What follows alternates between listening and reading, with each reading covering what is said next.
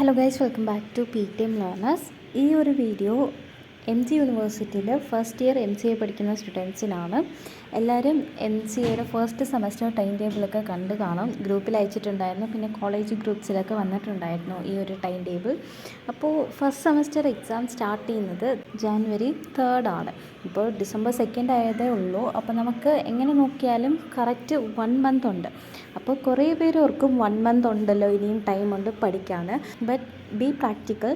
നമുക്ക് 1 മന്താണ് ടൈം ഉള്ളത്. 30 days ഉണ്ട്. ഈ 30 daysൽ നമ്മൾ 5 സബ്ജക്ട്സാണ് കവർ ചെയ്യേണ്ടത്.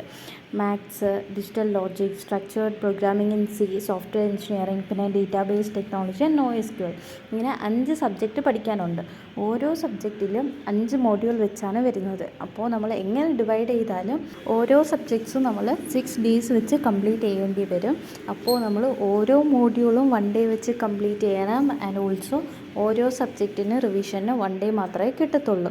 അപ്പോൾ നിങ്ങൾ 1 month ഉണ്ടെന്ന് പറഞ്ഞ് ഫ്രീ ആയിട്ടിരിക്കുക. ഇപ്പോൾ തൊട്ടേ കുറച്ചെങ്കിലും പഠിക്കാൻ തുടങ്ങിയാൽ നമുക്ക് ഓൾമോസ്റ്റ് എല്ലാ സബ്ജക്ട്സും കവർ ചെയ്യാൻ പറ്റും.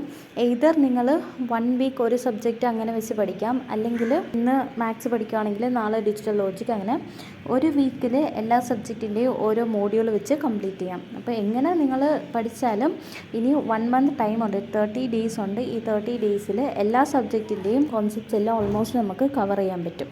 അപ്പോൾ make A plan, set A time table and ഇനിയുള്ള ഒരു 30 days എഫിഷ്യൻ്റ് ആയിട്ട് യൂസ് ചെയ്യാൻ നോക്കുക. Thank you and all the best.